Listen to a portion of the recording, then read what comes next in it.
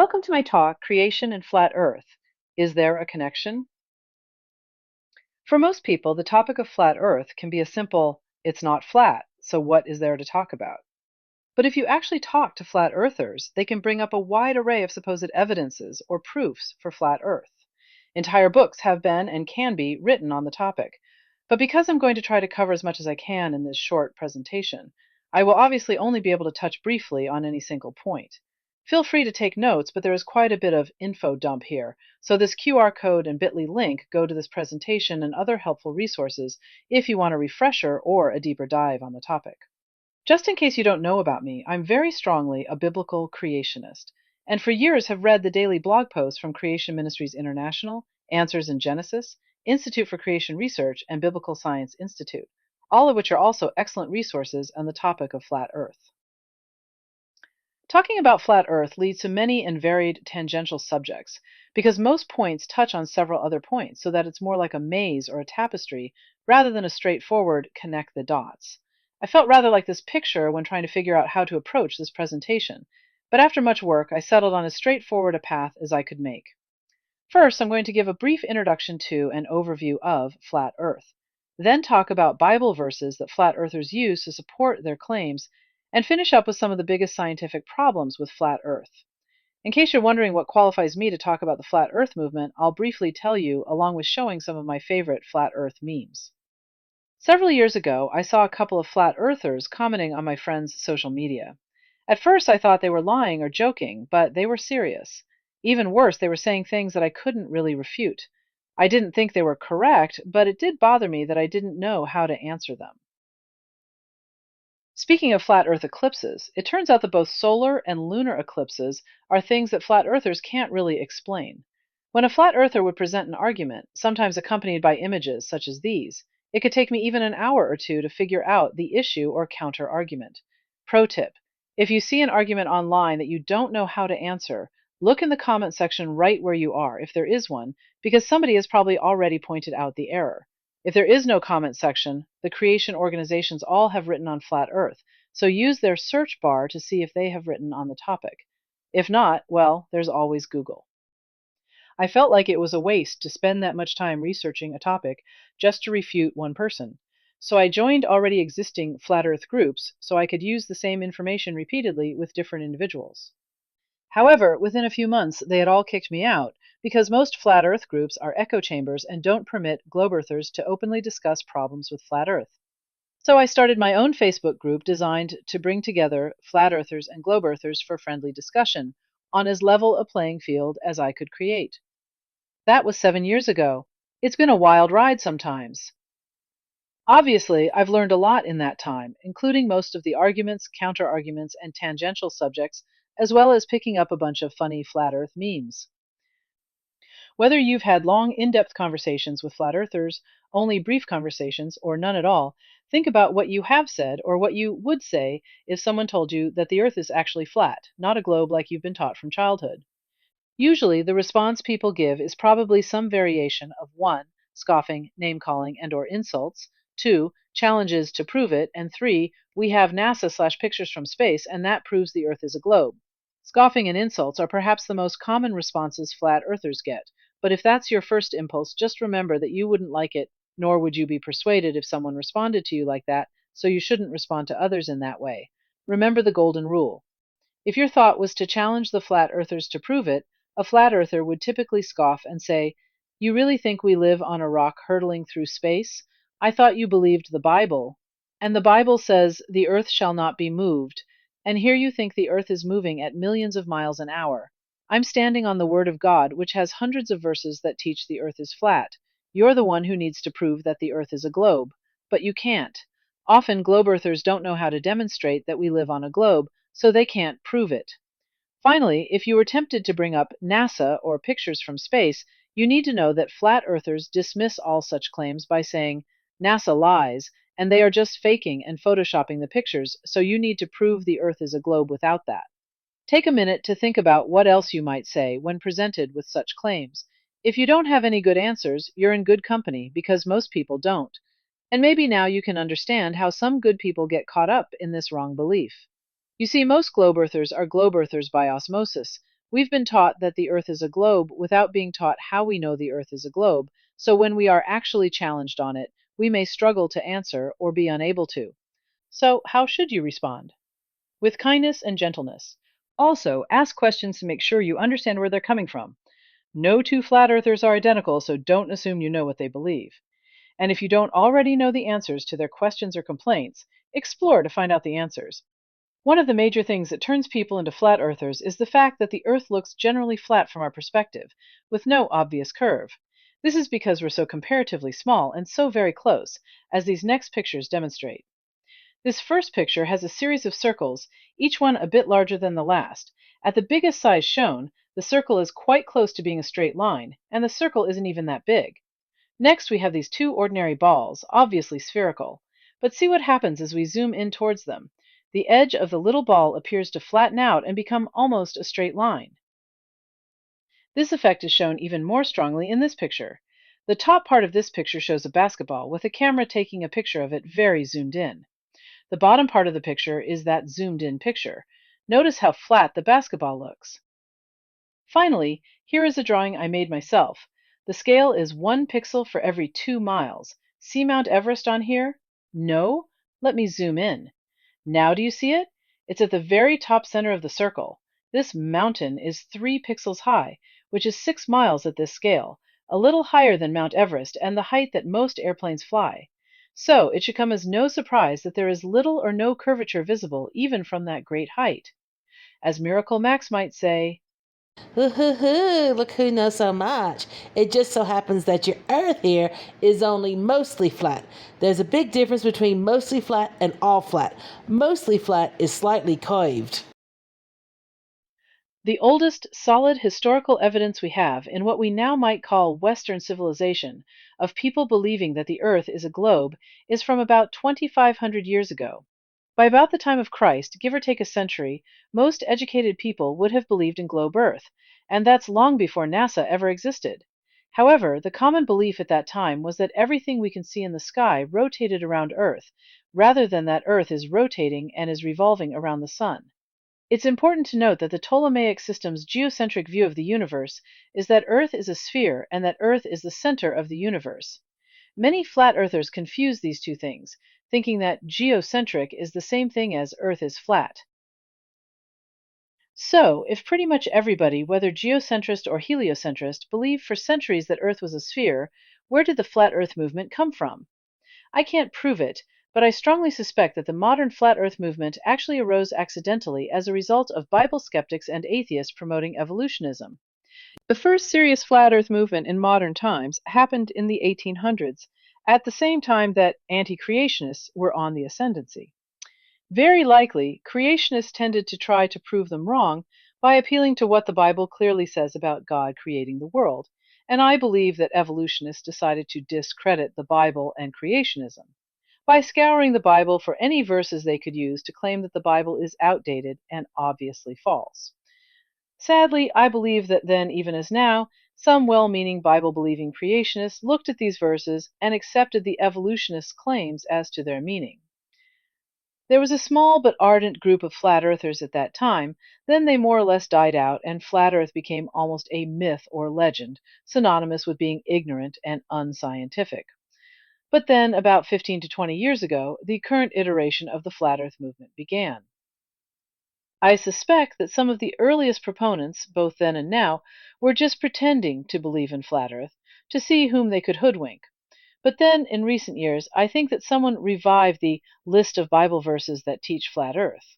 And that caught a lot of well meaning Christians, since they truly wanted to believe what the Bible teaches. Some of the rapid growth in our day was inadvertently due to YouTube, with them showing people videos similar to ones they already liked and were watching.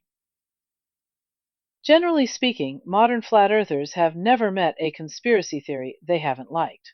So, people who were already conspiracy theory minded might say, watch a video on the JFK assassination or a 9/11 truther video, and then be immediately served a flat earth video. With some frequency, these viewers would then come to believe flat earth. As I said before, most people have been taught that the earth is a sphere without being taught how we know the earth is a sphere. So if you've got the mindset that they are hiding the truth from you about one thing, it's unfortunately pretty easy to jump to believing they are hiding the truth from you about the Earth being flat, if you have no way of showing that the Earth is actually a sphere. Nowadays, YouTube has changed its algorithm to specifically squash flat Earth content in an attempt to stop fueling the flat Earth movement. But flat earthers say this change is because they don't want people to know the truth. If that sounds cult like, I would agree with you, though using the current standards for identifying cult and cult like behavior, flat Earth would probably fail to meet that definition. BITE is an acronym to remember the four major types of control that cults have over members: behavior, information, thought, and emotions. Really, the Flat Earth movement only applies pressure to conform information sources to pro-Flat Earth sources, with the other controls existing in a much lesser sense.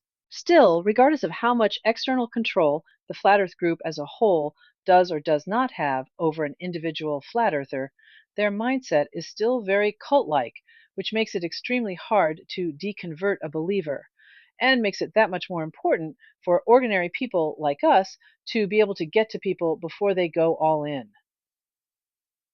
People often ask flat earthers, if Earth really is flat, then why would those in power not just say so? Why are they spending so much time and money and energy squelching the truth? After all, we're talking about thousands or even millions of people who must be in on the conspiracy, including governments, shadowy puppet master organizations, and bunches of ordinary people in various fields that are at least partly required to treat the Earth as a globe, such as flying and other professions that deal with long distances, weather forecasting, earthquakes, what's underground, and everything else in this list. The typical answer from flat earthers often include things like what is in this image: that flat earth proves God, and the powers that be hate God and are fighting against him. So if you believe the earth is flat, you'll inexorably be drawn into believing in God, disbelieving evolution, etc. Some flat earthers are so wrapped up in this mentality that they think all globe earthers must be atheists, evolutionists, believe in the Big Bang, etc. I've seen some be dumbfounded when I agreed with them all down the line on creation, the age of the world, etc., but just departed from them when it came to the shape of the earth. What do flat earthers believe? While no two flat earthers are exactly alike, the typical view is that the Earth is a flat circle, the edges of which are Antarctica, which is supposedly a massive circle of land with a 2-mile high ice wall, with all the oceans and the rest of the land masses that compose our Earth contained within that circle of ice.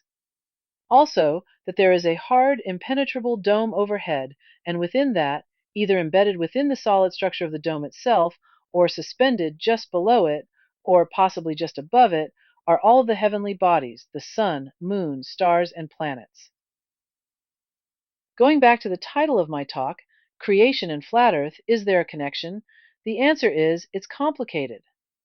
The truth is that they are not actually connected, but many flat earthers will say that they are, so we have to consider their perspective and make sure we separate their flat earth beliefs from the Bible. And unfortunately, since many Bible skeptics also have come to link the two, we may have to counter attacks from them as well. This is why the major creationist organizations have also written extensively on flat earth. Even worse than flat earthers claiming the Bible teaches flat earth, a lot of modern people, including sadly many Christians and Christian organizations, have started citing this graphic, which says that this concept of a flat earth with a hard dome firmament over it is the ancient Hebrew conception of the universe. What is actually more accurate is that this drawing is the modern liberal conception of what ancient Israelites believed. It was drawn by a Jewish liberal scholar in modern times. No such ancient Hebrew flat earth map existed anywhere prior to the 20th century, especially not in the Bible. I will be talking more about the firmament later, because it is such a big part of the flat earth belief. But for right now, I would like to point out that the Webster Dictionary from 1828 defined firmament as the region of the air, the sky, or heavens. In Scripture, the word denotes an expanse, a wide extent, for such is the signification of the Hebrew word. The original, therefore, does not convey the sense of solidity, but of stretching, extension.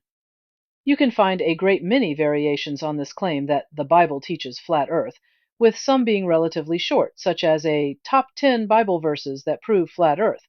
But I've actually seen one PDF that claimed over 1,500 such Bible verses. Let's go through these 1,500 Bible verses one by one. Just kidding, we aren't going to go over them individually. Further, while this one claims over 1,500 flat Earth Bible verses, there were fewer than 1,300 actual verses, and since many of them were repeated in the various sections, there are actually fewer than 1,000 unique Bible verses. That still sounds intimidating, but, spoiler alert, most of them are not remotely applicable to the shape of the Earth, as we shall see momentarily. Instead, this is what I call spaghetti tactics. You know, throw it against the wall and see if it sticks. A quick note about this nearly 60-page long PDF. If you read through the whole thing, you'll notice that I'm not going sequentially through it. Instead, I will group the 86 headings by type into 10 sections to speed things up. Note also that in the interest of time, most of my screenshots will not include all of the Bible verses they listed for any given heading, since some headings have pages upon pages of verses listed. For this presentation, I mostly want to focus on their claims in the headings, as well as some representative verses, so you can see the sort of things they present as biblical proof of flat Earth. In many places, it appears that the author didn't even read the verses, but instead simply did a search for certain keywords, then included all of the verses that came up in the search. The reason I say this is that many of them don't support the claim being made, while some actively contradict the flat Earth view. Again, this is a lot of information in verses, so remember the document links to this PDF of all the verses and so much more. This heading is actually the first one listed in the PDF and is relatively brief, so I'll go through this one more thoroughly to show the frailty of the claim that these verses actually support the view that the earth is flat. The flat earth is end times truth. Luke 12:56. Ye hypocrites, ye can discern the face of the sky and of the earth, but how is it that ye do not discern this time? Romans 13:11. And that, knowing the time, that now it is high time to awake out of sleep, for now is our salvation nearer than when we believed. These two verses certainly don't say anything about the shape of the earth, much less that the earth is objectively flat. So this is a baseless claim, and these two Bible verses do not support flat earth. The paper's next claims are like unto the first claim.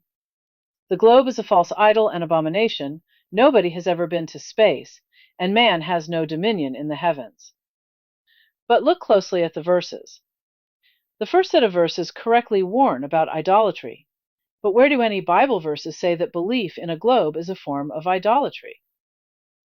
The next two headings cite such verses as John 3:13, no man has ascended up to heaven, and Psalm 115:16, which says that the heavens are the Lord's, but the earth has been given to the children of men. Well, I believe that we have gone into outer space and that man has landed on the moon. Even if that were false, that still would not mean that the earth must be flat. Further, even if these verses precluded the idea that man could actually go to outer space, which they don't, they still say nothing about the shape of the earth. This is an example of how flat earthers often conflate two different things. And by the same logic, I could say that planes don't exist because the Bible says that man can't go to the heavens and planes supposedly fly in the heavens. And now, without further ado, I present the only flat earth Bible verse there is. 2 Samuel 11:11 from the Matthew's Bible of 1537. This is one of my favorite flat earth Bible verses because it shows the ridiculous lengths to which some flat earthers will go to try to make their claim that the Bible says the earth is flat. While the heading claims two versions, Tyndale was martyred before he was able to translate this part of the Bible. See how that this version is so old it used archaic spellings like Flatterthe. A lot has changed since the 1500s. Now, read the verse. It's Uriah refusing to go home to his wife Bathsheba because his fellow soldiers are sleeping in tents near the battlefield. Most versions render it countryside or open field. As an aside, most flat earthers tend to use the KJV primarily or even exclusively, except for this verse and other rare exceptions. While there are legitimate reasons to switch Bible versions from time to time, whenever someone does it, you should pay attention to make sure they're not just using the particular wording in order to steamroll through some incorrect belief, which is what is happening here. Next is the claim the heliocentric model is a lie. I trust that all of you believe that the Earth revolves around the Sun, but as I said before, the ancients believed in a geocentric globe Earth. So even if these verses preclude the heliocentric model, which they don't, that still doesn't mean Earth must be flat. To quickly go through these three verses. The sun was risen upon the earth. Apparently, this one is being cited because it speaks of the sun rising. However, every globe earther still uses that terminology today. We're just speaking of the apparent motion of the sun from our perspective. Further, a fun thing to do if flat earthers claim that this is what is happening is to press them on this point, asking, how does the sun literally rise further away from Earth at our sunrise, when at some other point on Earth the sun would have to be literally setting closer to Earth at their sunset? And God said, let there be lights in the firmament of the heaven to divide the day from the night. This seems to be assuming a flat Earth meaning for firmament that is not actually in the text of the Bible. If this is just talking about the sun, moon, and stars being in the sky when we look up, it is perfectly compatible with a globe Earth. Zechariah 1 verse 11. And behold, all the earth sitteth still and is at rest. The context of this verse is that it's talking about the land of Israel being at rest during the Babylonian captivity, since almost all of the people are gone. It is extreme twisting of scripture to say that this means the earth can't be a globe spinning through space. But this is what flat earthers do constantly. Here we have the claim that the Bible teaches that gravity is a lie, but these two verses are the only ones cited. God hangs the earth upon nothing, and the earth standing out of the water and in the water. These actually don't oppose gravity at all, since gravity is merely the explanation of how God set up the natural laws, so that the earth could be suspended in outer space as opposed to having to be set on the back of turtles or something. And we can see that land, or earth, exists both out of water and in the water, so this isn't a flat earth verse either.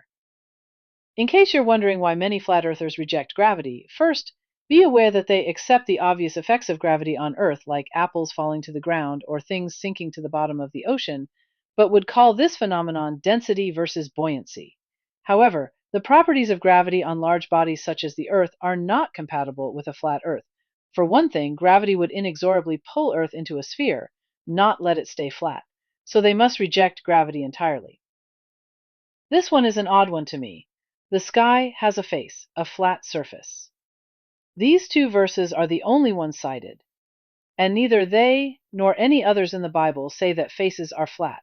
Instead, just like in English, if it's not talking about a person's literal face or his presence, face refers to the surface of the object regardless of its shape.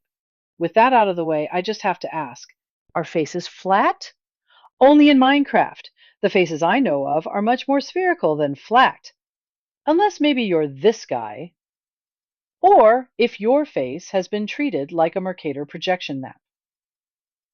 We've now finished the first of the 10 sections, and out of the 25 verses cited in these 8 headings, 0 support the flat earth claims in the headings. The next section includes 17 headings with 590 verses, but they all contain directional words, which speak of down, up, ascend, heaven being above, earth being below, etc., as if anyone disagrees that there is such a thing as above, up, below, and down, or that we see the stars and sun when we look up. Both flat earthers and globe earthers will agree that down is what is beneath our feet, while up is what is above our heads. The problem is that flat earthers take their flat earth view and then try to import it onto the globe. They tend to think of the globe as if north equals up and south equals down. That view is obviously not an accurate representation of the globe. Thus, the inclusion of these 17 headings becomes a straw man argument against the globe, since globe earthers agree that heaven is up, and these verses cannot be claimed as a biblical support of flat earth. I will include some screenshots and commentary on the later ones, but for ease of reference, here are the headings for the first part of this section. Heaven is up. To ascend means to go up. People reach up to heaven. Earth is always beneath the heavens. Things fall down from up. God descends down from heaven. Above and below are used frequently. We are always under the sun, and the stars are high and above. Since they all basically just talk about up and down, which are not in dispute, I'm not going to spend more time on them. That's 452 verses in just those 9 headings. So let's look at the remainder. There is a downward, bottomless pit. This is not possible on a sphere. Most people would view this bottomless pit as being spiritual or metaphorical, but even if it's supposed to be literal and physical, it could certainly work on a sphere, since if you were at the center of the earth, every direction would be up. You cannot be upon, under, or over the earth on a ball earth. It must be flat. As previously stated, this one misunderstands the globe, as in this picture, by trying to say that north is up. God's outstretched arm goes forth. It does not bend around a ball. If flat earthers want to insist that God's arm or hand going forth means something directional, it should say that God's arm or hand goes down, since God is always in heaven above while earth is beneath. So this would actually contradict the flat earth view if it meant what flat earthers claimed. Being above all nations is not possible on a ball, but only on a plane, and God looks down from above and sees the face of the whole earth at once. Assuming a strictly physical meaning here, why couldn't God be everywhere above a sphere? Why couldn't he see all sides of a sphere at once? Is anything hidden from God? Notice particularly the second verse, which says that God will set the Israelite nation high above all nations of the earth, if they obey him. This is not directional and physical, but rather that Israel will be preeminent over other nations if they're obedient. So this cannot be a flat earth verse. Then in this section, if you read through all 36 verses, you'll see that none of them say anything at all about God seeing the face of the whole earth at once. It appears that the author simply copied all passages that included both face and earth, or ground, and then cited them as support for this unsupportable claim. Again, don't be flummoxed by the large numbers of verses. Actually look at them and see if they say what is claimed. These last 3 are also very similar, and again wrongly import a flat earth view into the globe, then declare the globe to be incorrect. This is called straw man logical fallacy. First of all, most of the verses cited in these sections are talking only about a small part of the earth, for instance, the land of Israel. Even when it might be speaking of the whole earth being spread out or spread abroad, that still doesn't mean earth can't be a very large sphere. We humans are so tiny by comparison that it does appear spread out. The Bible typically uses the language of appearance. Congratulations, we've already gone through almost half of the cited verses for the PDF. See? It's not so bad. Now, moving on to section 3. This section is composed only of verses that support creation and young earth creation, which have nothing to do with the shape of the earth. However, as stated earlier, many flat earthers conflate the two, thinking that all flat earthers are young earth creationists and that all young earth creationists are flat earthers. The Big Bang is a lie. Darwinian evolution is a lie. The earth is framed. And the foundations of earth and heaven are the works of God's hands. We young earth creationists would agree, but we would still say that the earth is a globe. God created light before the sun. God is light. Again, YECs agree.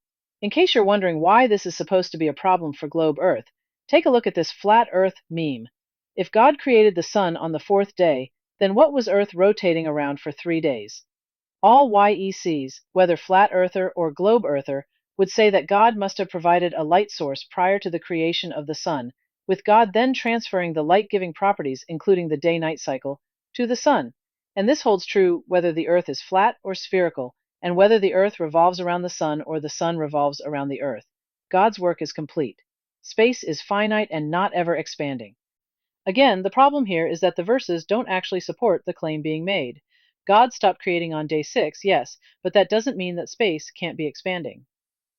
Also, note that it's entirely possible for the earth to be a globe and for space to be finite and not currently expanding.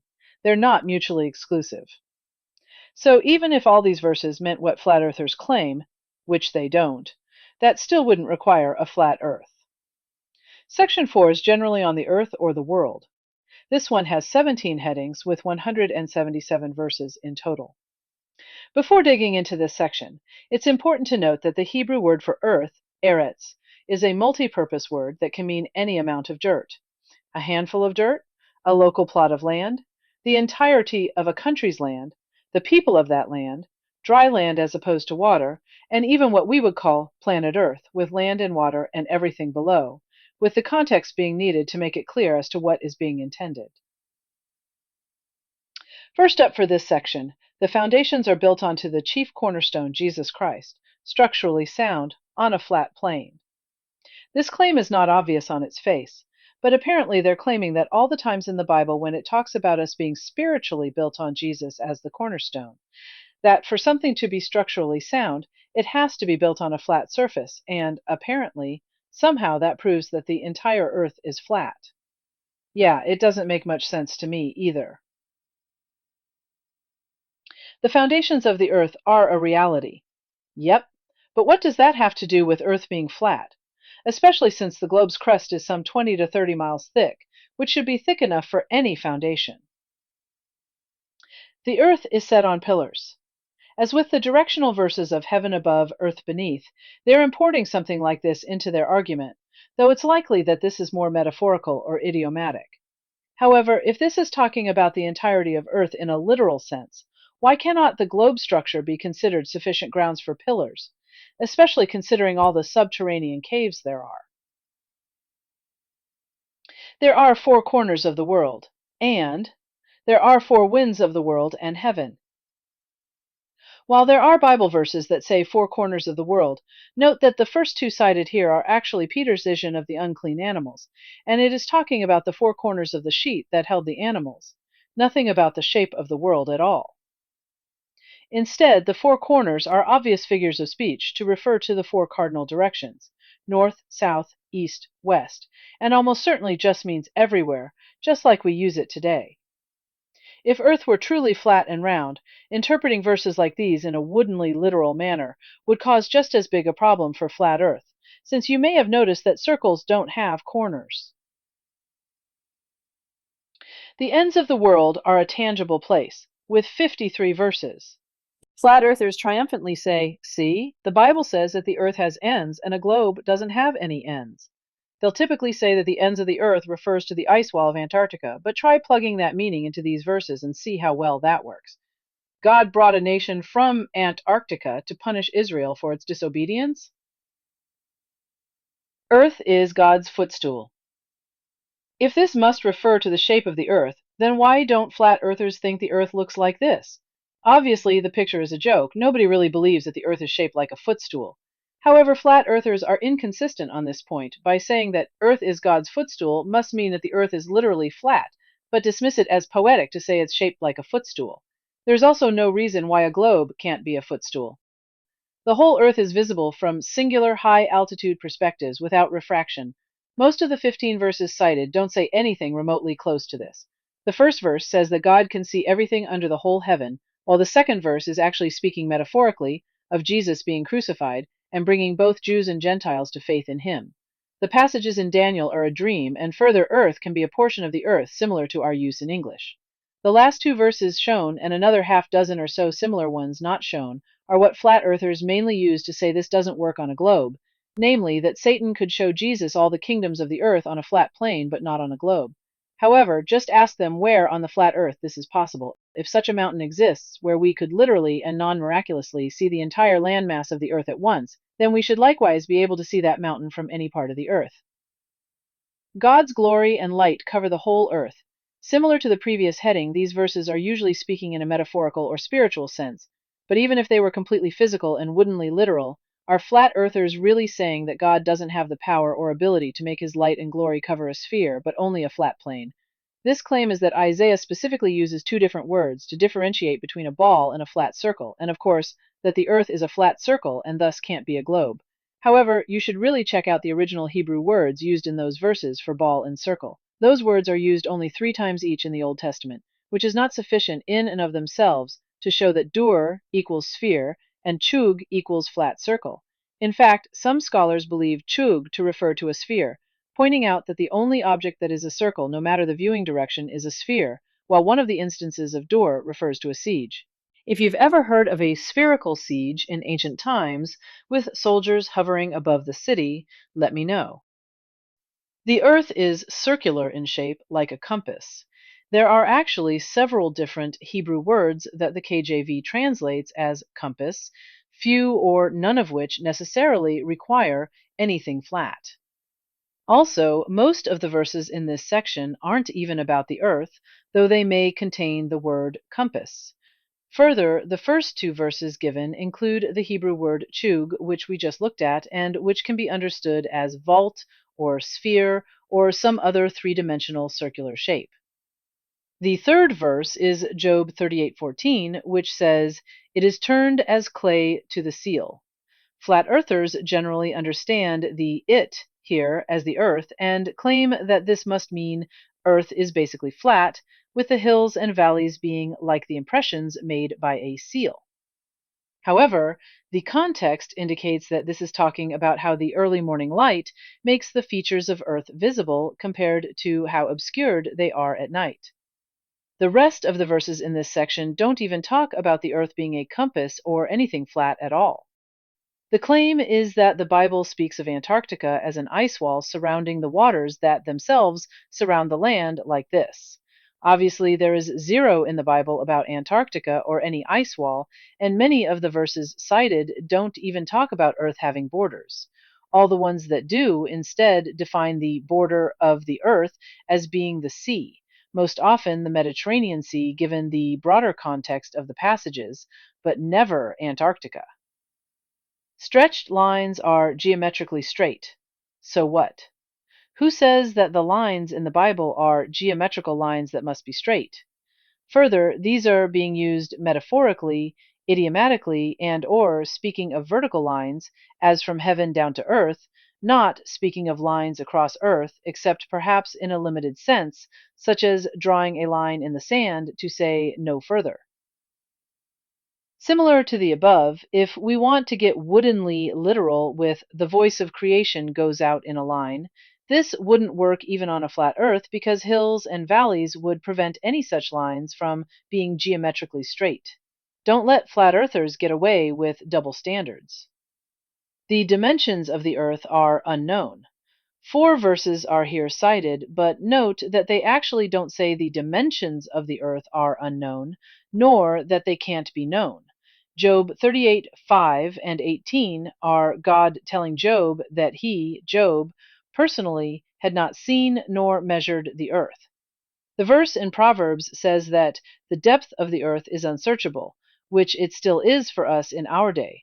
We've drilled down about 0.1% of the diameter of the globe. Note also that this says that the heights of the heavens can't be searched, which would be true if the heights of the heavens is talking about outer space, but can't be true in a flat earth context, which typically has the heights of the heavens maxed out around 3,000 miles high. Finally, Jeremiah 31:37 is the one of this group that is most often brought up by flat earthers, but read it carefully. It actually says the opposite of what flat earthers need it to say.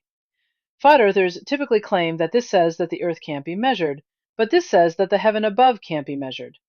The earth has sides, unlike a ball. These passages are obviously talking about people coming from the countries surrounding Israel, not from any literal sides of any flat plane. The heading claims the New Jerusalem is one massive object with a flat base. However, New Jerusalem is described not just as a massive object, but is said to be a massive cube, and most certainly not a pancake covered by a dome. If the biblical description of New Jerusalem is supposed to be the shape of the earth, we'd have to insist on a flat, square earth with a cubical dome. Section 5 is also about the earth, but is specifically Bible verses about the earth moving or not. This first heading, "The sun goes down, the earth remains still," has 76 verses, which are all some variation of the sun rising or setting. Obviously, we globe earthers still use those terms today because we're speaking of the apparent motion of the sun from our perspective. None of us thinks that the sun begins literally rising higher in the sky at dawn to come back to Earth at dusk. This is a problem for flat earthers, if they're going to insist on wooden literalism here, because they also don't believe it either. They think the sun continually hovers over the Earth. This is actually a huge problem for the flat Earth view, because if the sun is always circling overhead, what we should see at sunrise and sunset is something like the blue arrow to the right, with the sun staying high in the sky and just getting smaller as it recedes into the distance at night. Instead, what we see is more like the arrow to the left, in which the sun stays the same size all day, provided you block the glare with a solar filter so you can see its true size. This does not match what we should see if the sun is constantly circling over a flat Earth. Turning, or being upside down, is seen as an evil act. Showing people upside down on a ball indicates they are inherently evil. That's the southern continents. Of course, this ignores what globe Earth really is, as I have mentioned several times already, and also ignores the metaphorical aspect of the Bible verses, especially since flat earthers don't believe the flat Earth can turn upside down anyway. The Earth is not moving. Generally, flat earthers will push this concept really hard, saying, see, the Bible says the Earth shall not be moved, so if you believe the Bible, then you can't believe that the Earth is a rock hurtling through space at thousands of miles per hour. There were literally dozens of verses cited here, but most of them say nothing about the Earth moving or not. Those that do speak of the Earth not moving are the very same Hebrew words and phrases the psalmist uses, saying, I shall not be moved. So if this means an absolute cessation of movement, then that has to mean that the psalmist would have to be absolutely unable to move. Obviously, this must instead refer to something more metaphorical or figurative, such as not departing from the path God would have me be on, which of course would be compatible with a globe. Further, as the PDF itself helpfully points out in the next heading seen here, there are many places in the Bible that speak of the earth moving. If that is metaphorical, or is speaking of the earth in a limited local sense, such as a landslide or earthquake, then surely the earth shall not be moved can also be understood in this way, in which case these verses cannot be flat earth verses anymore. As a quick reminder, we have now gone through 5 sections totaling nearly 1,000 verses. Of course, the QR code will let you look at them all more closely. Now, let's take a look at section 6, which has 6 similar headings and totals 139 verses. This section covers the various headings that focus on phrases like in the world, in the earth, etc. In the world and in this world denote that the earth is an enclosed system. How? The first verse on the left says that the ungodly prosper in the world, while the first verse on the right says that whoever speaks against the Holy Ghost, it won't be forgiven him in this world or in the world to come. Not a hint of any enclosed system. The other verses are similar, with several verses actually talking about ages and time periods, not describing the physical earth at all. All that is in the world was made by God is standard creationist language, and definitely not proof of earth being flat. In the earth denotes the land of the earth. Yes, and what does that have to do with the shape of the earth? In all the earth denotes the heavens, land, water of all earth. Again, granting this claim, that's not proof of earth being flat. But worse for flat earthers is that the quoted passages in Daniel use all the earth to speak only of Nebuchadnezzar's domain and not the entirety of heaven, land, and water. Only God can move things out of the world. First, these verses don't even say that. Most of them are a metaphorical use of world to mean wicked people as opposed to the righteous. I suppose the paper is making this claim to supposedly disprove going into outer space, if only God can do it. If you're keeping track, we're now over 1,100 Bible verses, none of which teach or require a flat earth. Moving on, section 7 contains all 11 verses in the PDF that talk about the sea. The seas have an edge, with only one verse cited. Joshua 13:27, even unto the edge of the Sea of Chinnereth, on the other side Jordan eastward. Remember, this is a verse that is supposed to support the view that the entire earth is flat, but it's talking about the area between the Sea of Galilee, Chinnereth, and the Jordan River in Israel, and is simply referring to the division between dry ground and the water, and has absolutely nothing to do with the shape of the earth. Similarly, this one somehow claims that the Bible teaches that man cannot go beyond the sea, when the verse itself only says that man does not have to go beyond the sea in order to know God's commandments. That is a major flaw in reasoning and biblical hermeneutics and exegesis, but all too common with flat earthers. There are fountains in the deep. I'm a little flummoxed as to how this is supposed to support the view that Earth is flat. In fact, it seems to fit better with what we know of globe Earth, which has water in the interior, some of which comes up as geysers or streams or other such things, due to underground pressure in the globe. The waters on Earth are not curved. Note that straightened in the first verse just means restricted, like the straight and narrow way, or a straitjacket, not straight as opposed to curved. So this doesn't say what the flat earthers need it to say. Also, God stretching out the earth over water doesn't say anything about the shape of the earth nor whether the waters are curved or not. Waters always have a face. They always seek their lowest, flattest surface. While it is true that water seeks the lowest level, that does not mean that face, as in the face of the waters, is inherently flat. Rather, face just refers to the surface regardless of shape, not to a state of flatness. That's it for Section 7. Section 8 focuses on what flat earthers call the firmament, and which they think is a hard, impenetrable dome over the flat earth. The underlying Hebrew word is always the word rakia and is always translated as firmament in the KJV, but is typically translated as expanse in other versions. In the Septuagint, the ancient Greek translation of the Jewish Old Testament, the word is rendered stereoma, which does actually require solidity. However, remember that at the time the Septuagint was translated, the prevailing view was that Earth was a sphere surrounded by a solid crystalline, so it makes sense that the translators would use stereoma.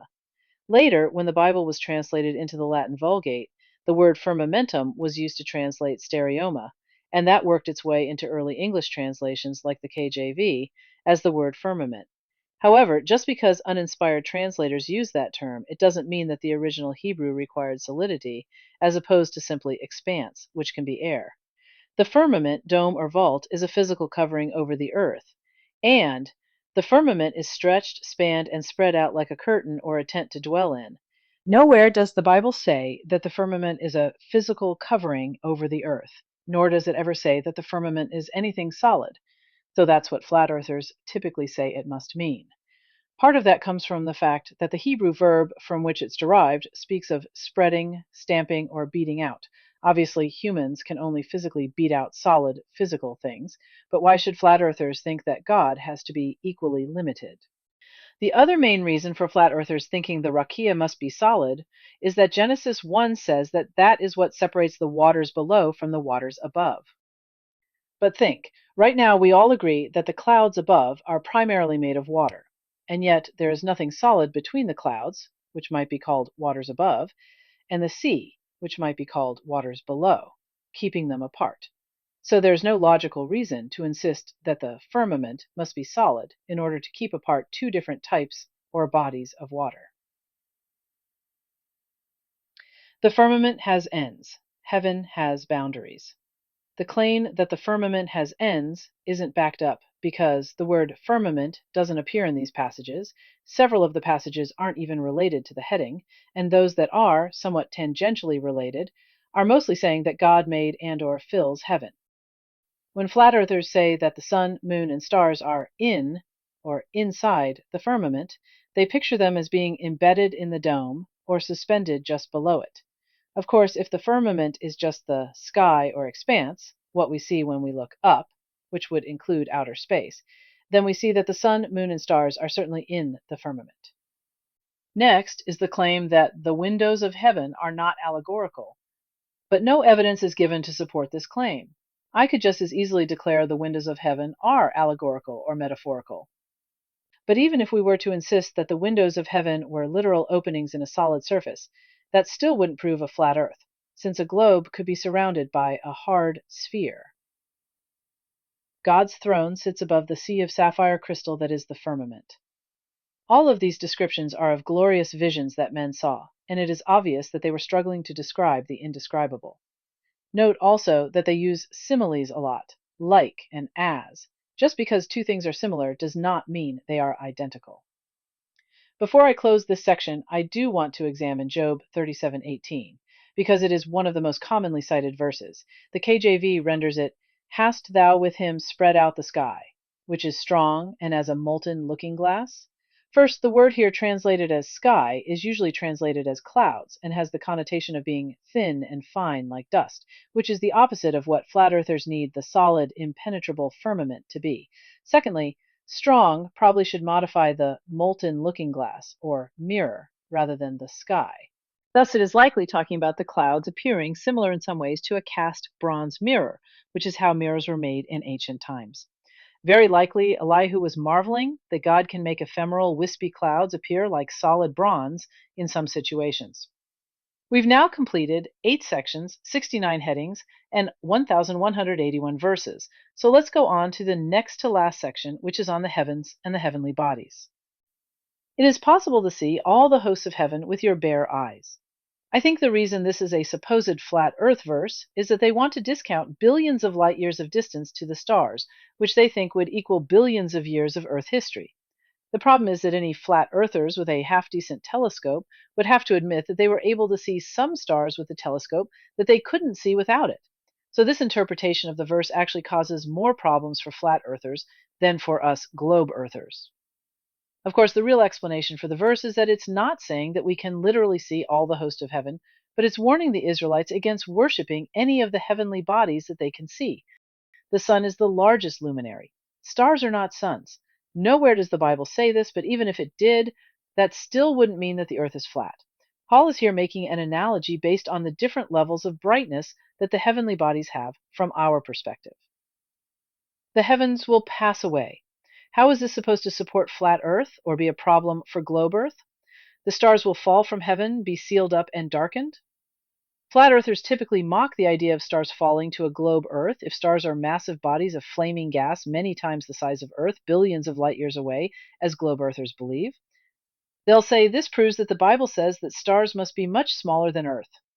First, I would point out that when this language is used in the Old Testament, it's referring to judgment and or a national calamity, not literally stars falling out of the sky to Earth.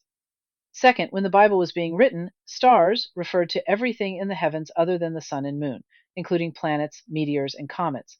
So even if a flat earther insisted it must be something physical, it could be referring to meteors or meteor showers rather than the restricted view of stars that we have in our day. One day, the sun will go down at noon and the earth will be darkened. Very likely, this is referring to Jesus' crucifixion, or it's talking about a national calamity. Either way, this does not preclude a globe Earth nor require a flat Earth.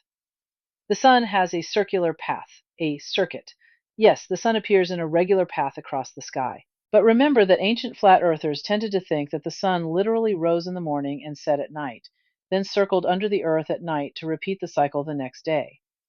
However, modern flat earthers have to say that the sun rotates over the earth, being always above earth, so that rising and setting is just the sun moving closer to and further away from us. The sun being constantly above a flat earth causes some pretty serious problems with things like being able to see the stars at night, but not the sun, even though they're supposedly the same distance away. If the sun is always hovering over a flat earth, how come you can't see it at night, but you can see the stars? Especially given how much larger and brighter the sun appears to us compared to the stars. The sun, in motion around the earth, occasionally stops, and once the sun moves backward along its circuit. First, when it's talking about the sun physically stopping or moving backwards in Joshua's and Hezekiah's day, it was a miracle, and very likely was just talking about the way it would have appeared on earth. Further, the Bible never actually says that the sun is in motion around the earth, which is what the heading claims, as opposed to talking about the way that the sun appears to us on earth. Just like we say sunrise and sunset, or if we're on a ship moving towards land, we might say that land is approaching. The sun is within the clouds. That's a common flat earth belief because it supports the view of a small local sun. But it's not what these verses say. They simply say that the clouds can block the sun, which everybody agrees is what we see. The moon has its own light.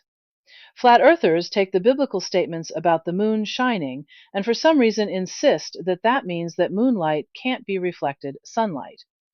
Very likely, the real reason for this eisegesis is that the moon actively reflecting sunlight would be problematic on a flat earth, because sunlight would have to reach from the sun to the moon without lighting any of the nighttime earth between.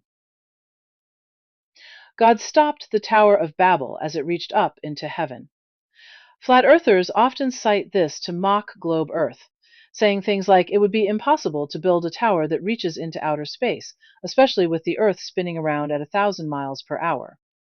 However, note that building a tower to reach to heaven doesn't even work in a flat Earth sense, since they typically view the impenetrable dome over Earth being at least a few thousand miles high, and thus impossible for any building to reach. So, in both views, a tower that reaches to heaven can only work in a limited sense, such as a tall building that reaches high, but not where the sun and moon and stars are, much less where God is. We're now done with section 9, and as you can see, the claims of the headings either are not supported by the verses, or the verses don't actually support that the Earth is flat. Looking at the final section on the North Pole, you may be thinking, the Bible talks about the North Pole? And you'd be right to exhibit such skepticism and surprise. In truth, no, the Bible never mentions the North Pole, but let's see what they say. First is the claim that the North Pole is the mountain of God and is at the middle of the earth. None of the verses remotely support this claim, and they even quote Psalm 48:2, which clearly says, "The sides of the north is Mount Zion in Jerusalem." The pole houses the Garden of Eden, citing Ezekiel 31:16 through 18, and that's where the four rivers came from, citing Genesis 2. Where is that in any of these verses? Sheol is beneath the pole.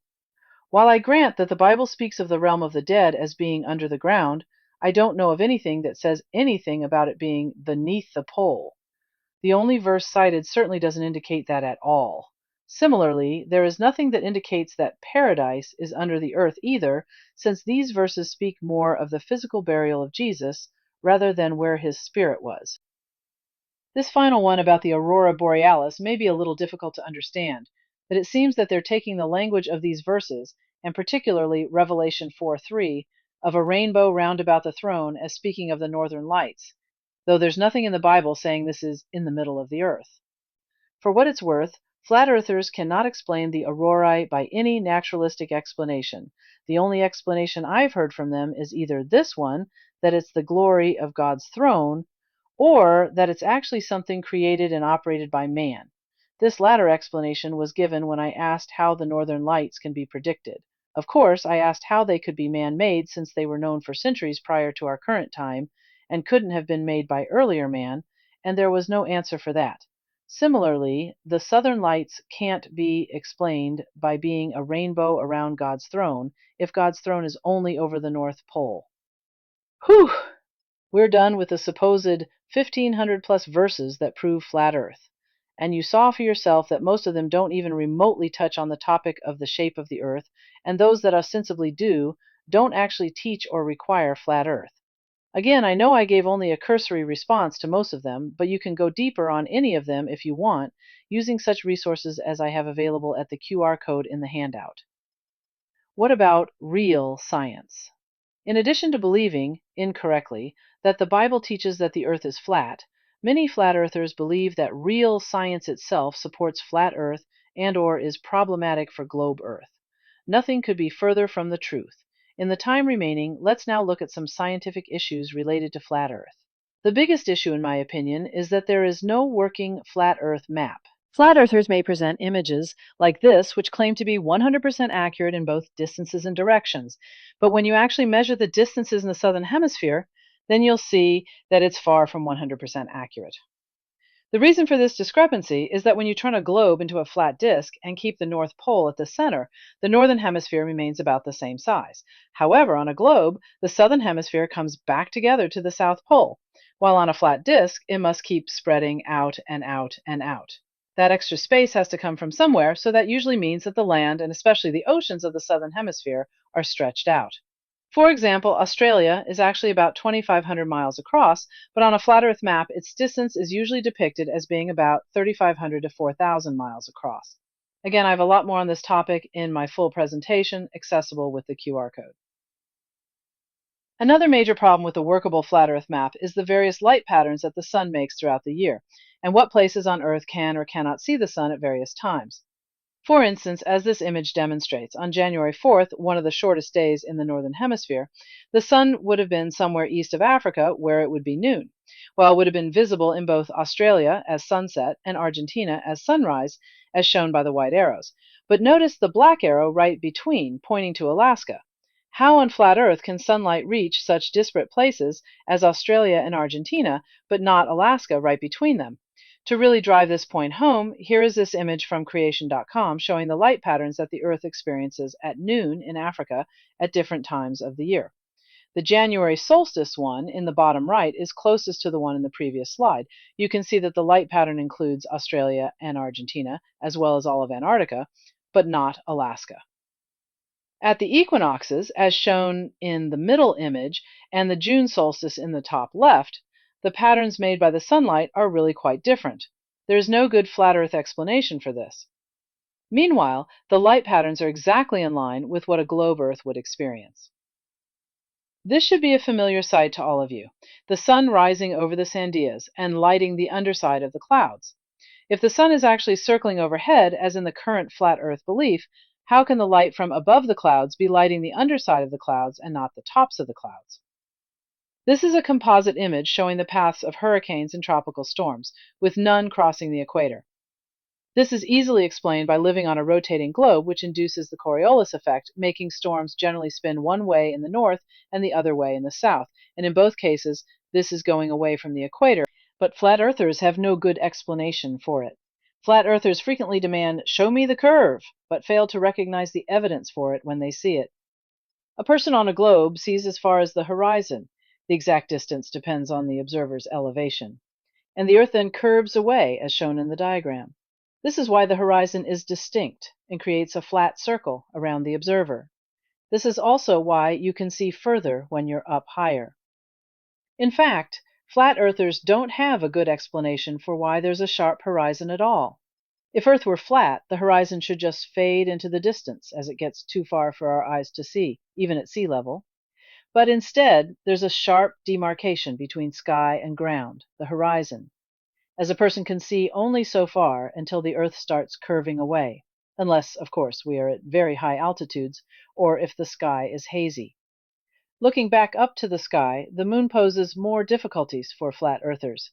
Everybody knows that the same side of the moon always faces Earth, and also that the moon goes through different phases throughout the month, going from completely dark, new moon, waxing, to half illuminated, then full moon, before waning to half illuminated again, and finally back to completely dark.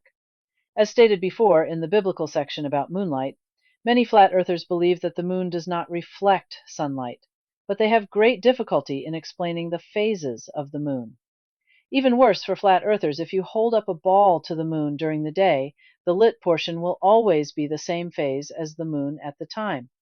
This is extremely strong evidence, if not irrefutable proof, that the moon is reflecting the sun's light, just like the ball is. To the casual observer, we always see the same part of the moon, not counting the phases where some part is obscured. And this is true to a certain extent. However, we can actually see not just the half of the moon that is facing us, but about 57% of it, as it moves slightly day after day. This motion is called lunar libration and is easily explained by the spherical moon revolving around globe Earth while being tidally locked to Earth. Other difficult or even impossible things for flat earthers to explain are meteors and comets. Remember that in the modern flat Earth view, the Earth is topped by an impenetrable dome. If it's impenetrable, where do meteors and comets come from? The best answer I've gotten is that God may be opening the windows of heaven to allow them to pass through the dome. But there was no good explanation about the predictable meteor showers we experience a few times a year, nor why all comets have predictable orbits and some, like Halley's Comet, have predictable return trips. One of the biggest problems for flat earthers to explain is star trails. You know that if you go out at night and look up, the stars appear to rotate overhead. This in itself isn't a problem for flat earthers.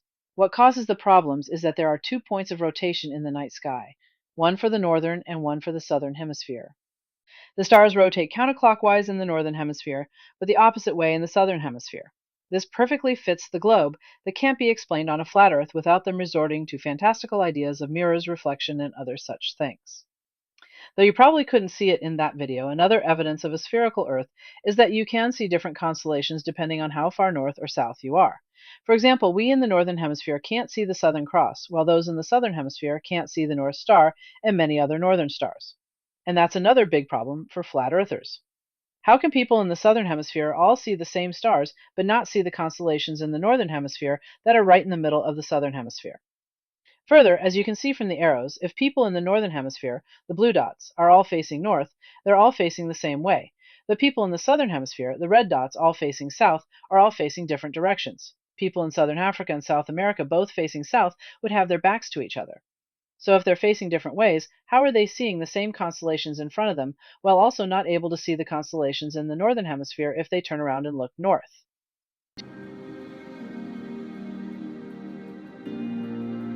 To explain what is going on in this video, most time-lapse videos of the stars have the camera fixed in place so that you see the stars circling overhead. This camera instead is fixed on the Milky Way so that everything else is rotating around it.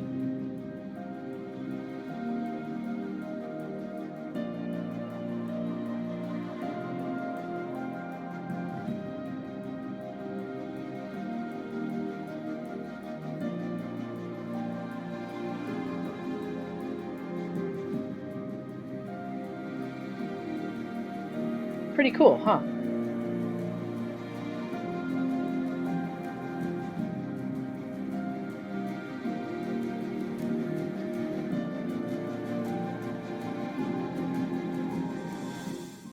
I know it's getting late, but I would be remiss if I didn't briefly discuss the final experiment. To set the stage, it's important to know that prior to the announcement of the final experiment, flat earthers typically claimed that Antarctica never experienced a 24-hour sun, and many even went so far as to say that if it did, it would falsify flat Earth. Remember that most, if not all, flat earthers believe that Antarctica is an ice wall that encircles the rest of the land and water of Earth. If the sun is over Africa, as in this image, how is it possible for it to be visible in Antarctica all the way over on the other side of the flat Earth, especially while the entire Arctic Circle is experiencing darkness? That's what gave Will Duffy, the pastor behind the final experiment, the idea to get a group of flat earthers and globe earthers to go to Antarctica to see for themselves, once and for all, whether or not there was sun. It is telling that once it was announced, some flat earthers began softening their stance or even taking it back completely as to whether a 24-hour sun would falsify flat Earth. Long story cut very short, 3 prominent flat earthers and a dozen prominent globe earthers went this past December solstice, which is the summer solstice in the southern hemisphere, and did indeed see the 24-hour sun, just as the globe Earth proponents predicted. 24 of each were invited, but at a cost of over $30,000 apiece, many found it cost prohibitive to go, and I suspect that some flat earthers were a bit afraid to go. Because the globe earthers were very familiar with how flat earthers typically dismiss any evidence they don't like as somehow faked, fraudulent, photoshopped, or otherwise false, they did a lot of careful planning, including discussing current events to prove what day it really was, and that it wasn't weeks or months before, nor cobbled together footage from many days. Then, on the day that they were in Antarctica and saw the 24-hour sun, they not only videoed it, but they videoed the sun and themselves, and took video of the video camera. Having all the footage from all the different angles allowed people to sync them together to show that it couldn't have been done on a green screen, nor used any other trickery to make it falsely appear as if the sun were truly in the sky for a full 24 hours. With such dramatic and total proof, you'd think that all flat earthers would immediately give up and admit that yes, the Earth truly is a globe. While some did, including some prominent flat earthers who had much to lose by walking away from the belief in flat Earth, a lot have rejected it. The excuses I've seen include 1. They never believed a 24-hour sun in Antarctica would disprove flat Earth. 2. It was fake somehow. And 3. The flat earthers were paid to lie about it so that enemy globe earthers could fake the 24-hour sun. If you think this sounds cult-like, I would agree, even if flat Earth doesn't rise to the level of an actual cult. To recap what we've highlighted tonight, no Bible verses require belief in flat Earth, and many claimed verses actually contradict the flat Earth position if they were to consistently apply them. In addition to having no scriptural support, flat earthers also have no good explanation for solar eclipses, lunar eclipses, phases of the moon, comets, meteors, northern lights, southern lights, the different star trails at different latitudes of Earth, seeing different constellations at different latitudes of Earth, the apparent motion of the sun as it rises and sets, the fact that the rising or setting sun lights the undersides of clouds, that hurricanes never cross the equator, how much of the Earth is in sunlight or darkness depending on the time of the year, why the sun is the same apparent size all day instead of getting smaller when it's further away, why everybody in the southern hemisphere can see the same constellations when they face south, since on a flat Earth they'd be facing away from each other, why we see further when we're up higher, and as in the last video, why it appears that the Earth is rotating in relation to the fixed Milky Way. Even worse, there is no working flat Earth map. Every flat Earth map stretches out the southern hemisphere so that the land is too wide and there is way too much water. Note that I don't say that flat earthers have no explanation for many of these things. I said they have no good explanation for them. I could have gotten into all the arguments and counter arguments of these things and a lot more, but it would have taken 5 or even 10 times longer. If you talk to a flat earther, you can expect for them to have some response most of the time. Some of them may even sound logical and reasonable at first, while others get into massive conspiracies with man or the devil having godlike powers, or there are two suns, and many other things that are very much out there. The problem is, like their misuse of Bible verses, even the more logical explanations just don't bear scrutiny. Be prepared for things like this, and always remember the golden rule. I know that this has been a lot of information dumped on you in a short amount of time, but really, this is only the tip of the iceberg when it comes to the topic of flat Earth. The handout gives you the link to more information so you can go over this whole presentation again, or any part of it if you want. Thank you for your kind attention.